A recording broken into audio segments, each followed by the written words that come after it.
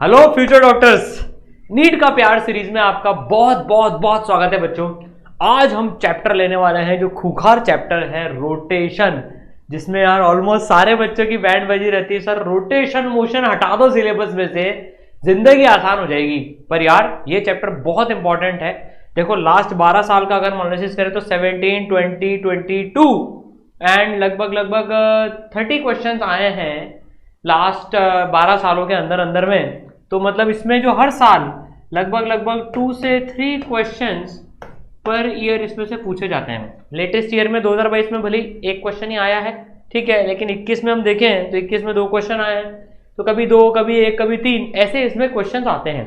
अब यार ये बड़ा चैप्टर है ना, इसमें प्रोफाइल्स भी बहुत ज्यादा है। लेकिन आज जो हम डिस्कस करने वाले ना, इस चैप्टर को आप अपने काबू में कैसे कर सकते हो, ये ट्रिक मैं आपको बताने वाला हूँ।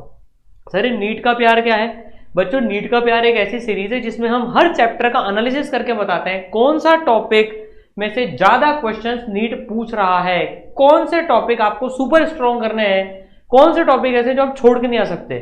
सिमिलरली रोटेशन में भी ये चीज आपको पता पड़ने वाली है, कैसे आप रोटेशन को, जो कि डायनासोर जैसा चैप्टर है, कैसे आप उसको कंट्रोल कर सकते हैं।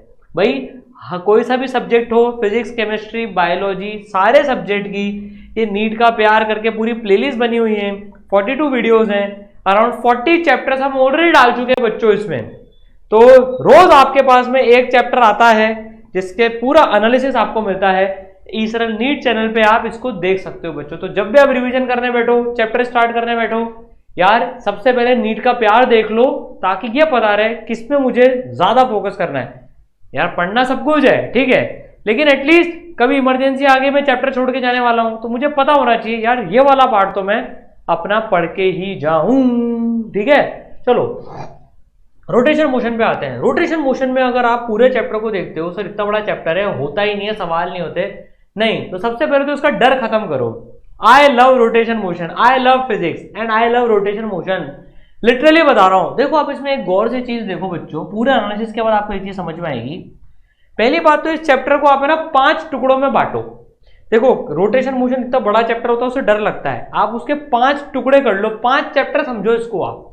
एक चैप्टर मोमेंट ऑफ इनर्शिया, एक चैप्टर फिर टॉर्क और रोटेशन इक्विलिब्रियम, जो इक्विलिब्रियम और टॉर्क के जो सिंपल सवाल होते हैं वो एक चैप्टर ले लो। फिर एंगुलर मोमेंटम आप तीसरा चैप्टर ले लो, सीआरटीएम चौथा चैप्टर ले लो, रोलिंग, और उसमें काइनेटिक एनर्जी भी आती है, वो 5वां पार्ट ले लो। तो 5 पार्ट कर लो इसके आप मेजरली।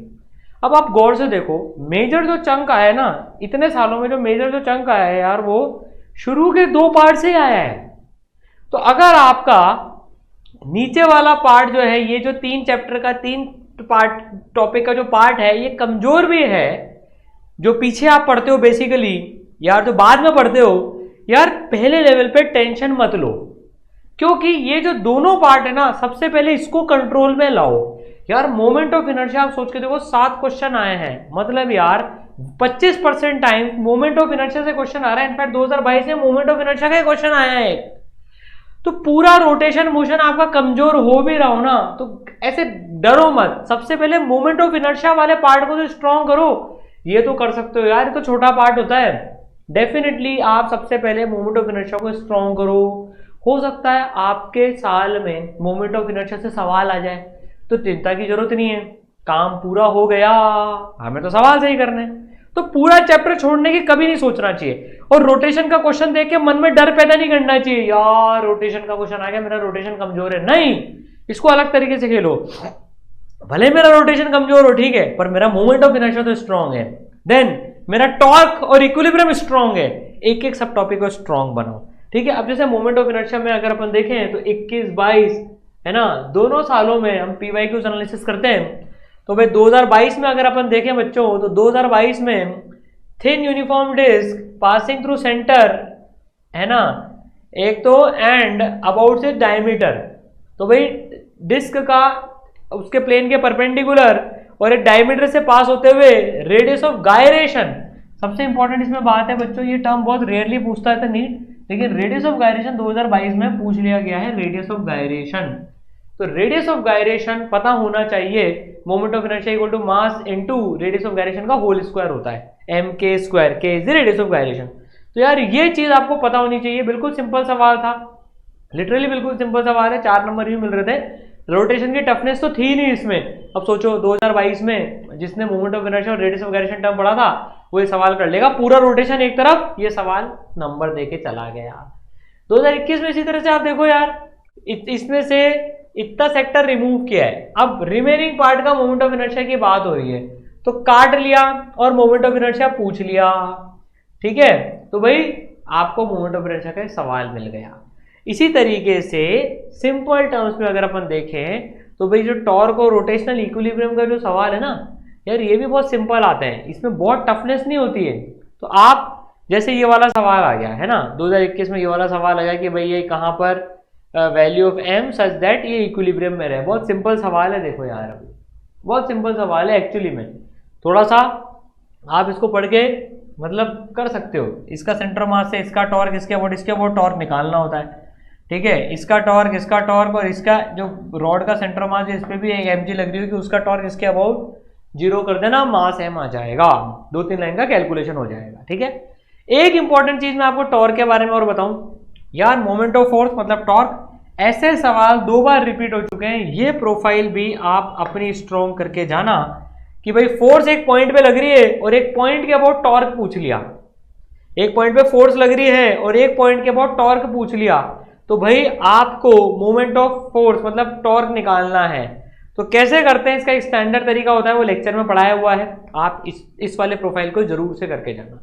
तो प्रीवियस ईयर से आप डिफरेंट प्रोफाइल्स एनालिसिस कर सकते हो, ठीक है।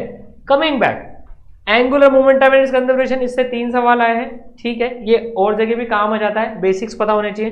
डायनामिक्स ऑफ सीआरटीएम, इससे 2 सवाल आए हैं, रोलिंग जिसमें भी सीआरटीएम लगता है, और kinetic energy, particularly kinetic energy के साथ मिक्स करके रोलिंग के 7 क्वेश्चन पूछे गए हैं, मतलब दोनों मिला के 7 क्वेश्चन। मेजर पार्ट इसमें 7 में से 6 में से काइनेटिक एनर्जी का टर्म घुसा दिया गया, तो काइनेटिक एनर्जी रोटेशनल, ट्रांसलेशन और कंबाइंड आनी चाहिए, ठीक है। चलिए ये तो यहां पर बात हुई। अब सर सबसे बड़ी बात रोटेशन में सर कॉन्सेप्ट समझ में नहीं आते, वो इसलिए नहीं आते बच्चों क्योंकि आप यार विजुलाइज करके नहीं पढ़ते। मैं एक रिकमेंडेशन करूंगा, आप यार जो भी आप ये पढ़ रहे हो ना रोटेशन, जैसे यार आप विजुलाइज करने की कोशिश करो। मैंने परपेंडिकुलर ये अगर प्योर रोटेशन कर रही है, साउंड ऑफ कर रहा हूं भाई, देखो ये प्योर रोटेशन हो रहा है यहाँ पर, ये ठीक है ना भाई। आप अगर चीजों को विजुलाइज करके पढ़ोगे ना पूरा, अगर आपने रोटेशन विजुलाइज करके पढ़ लिया तो यार फिर आप मतलब जो है फोड़ दोगे चीजें भाई। जैसे पहले हमने ट्रांसलेशन पढ़ा भाई, इसमें देखो ट्रांसलेशन को विजुलाइज करा हमने, ये ट्रांसलेशन हुआ, ये प्योर ट्रांसलेशन हुआ है ना। आप डबल स्पीड पे ही पढ़ सकते हो भाई, प्योर ट्रांसलेशन क्या हुआ, देखो जैसे ये प्योर ट्रांसलेशन हुआ। सही कौन से लेक्चर्स हैं बच्चों, ये इसरल ऐप के अंदर इंडिया के बेस्ट विजुलाइजेशन वाले लेक्चर्स हैं, ठीक है ना।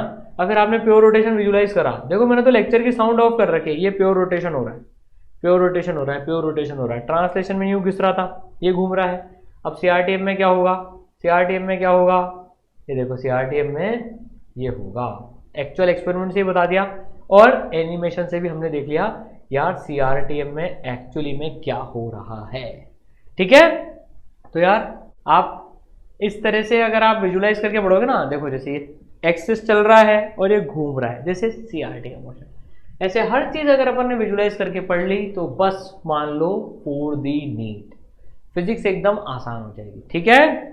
चलिए तो रोटेशन में समराइज कर देता हूँ, 5 टॉपिक्स की तरह से आप लेके चलिए।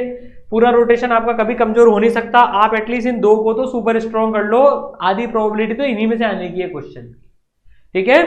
ये बहुत बड़ा पार्ट होता है और सबसे टफ पार्ट बच्चों को ये लगता है, इसको भी करो स्ट्रॉन्ग, लेकिन अगर काबू में नहीं आ रहा रोटेशन तो सबसे पहले इन दोनों को तो काबू में लेके आओ, ठीक है।